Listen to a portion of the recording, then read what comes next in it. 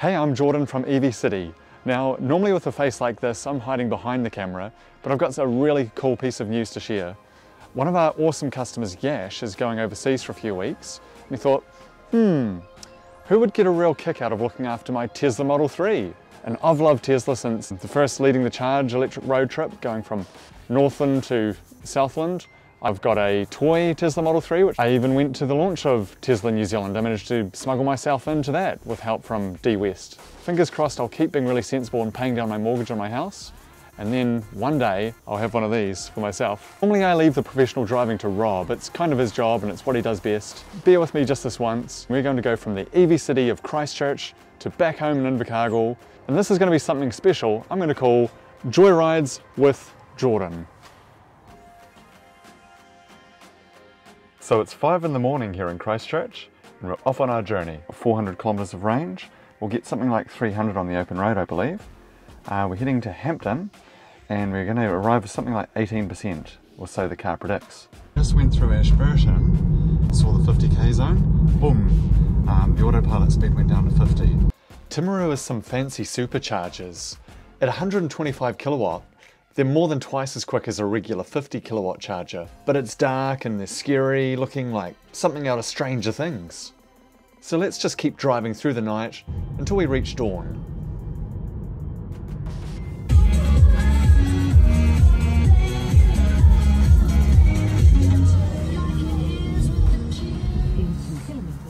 .24% left in the tank, about 100 kilometres.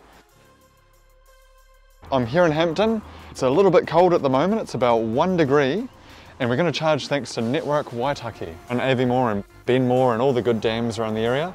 And I hope that they know that I'm going to charge 50 kilowatts, but we're going to try a combined charging standard with a New Zealand new car. I hope they've fired up Benmore. Hey Bill, Ben, let's get that flux capacitor fluxing.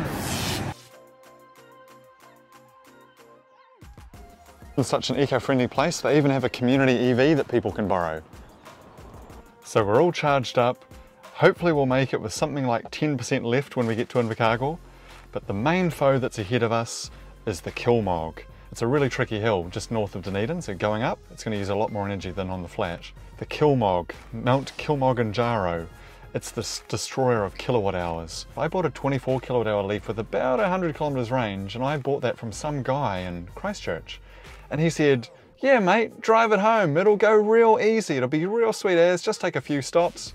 It was 8 charging stops in my 24 kilowatt hour Leaf, every 80 kilometres or so.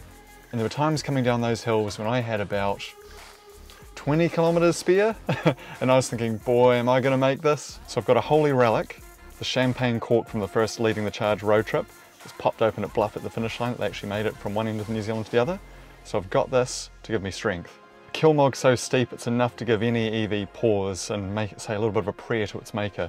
So, 8-time Father in Elon, polarizing be thy name, your vertical integration come, full self-driving promises will be done, albeit often several years behind schedule, on Earth as it is on Mars.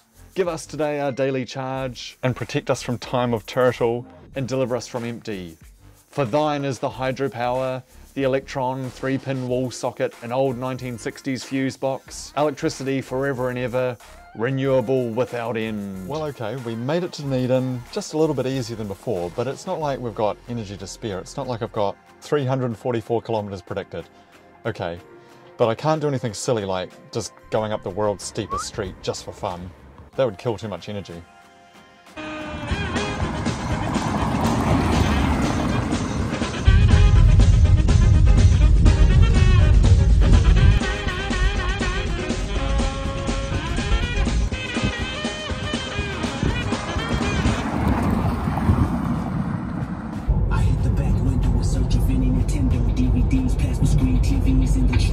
This is the famous Milton kink, the bend in the road, and they've put a charging station there in honour of the mysterious kink in the road in Milton. And auto steer handled it entirely itself.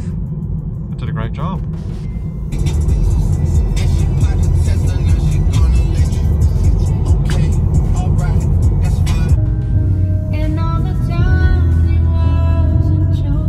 So I haven't said a whole lot about the car itself, but honestly, what is there to say? It handles nice. I love the steering wheel.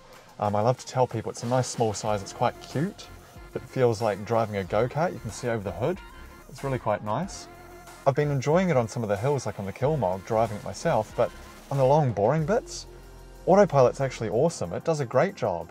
It's doing lane keep assist, it handles speed changes. It's fantastic. So it's making a really long, sort of 7-hour journey actually quite easy.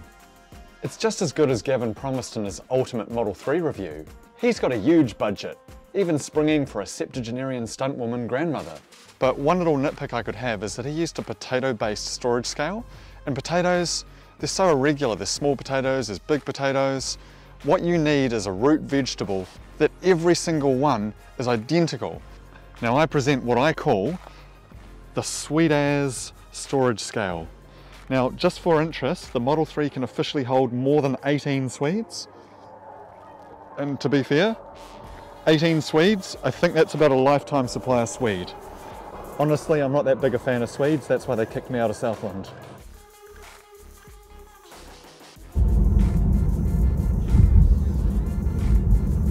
I've spotted a few electric cars in Invercargill, and they've even got a vegan society.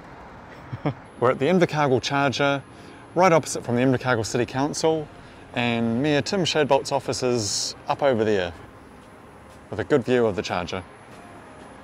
So we made it here to Invercargill. It was quite easy. We made it with about 24% left, over 100 kilometres. It was a nice easy journey, and I let the car do most of the driving. Thanks for watching the first and probably only episode of Joyrides with Jordan.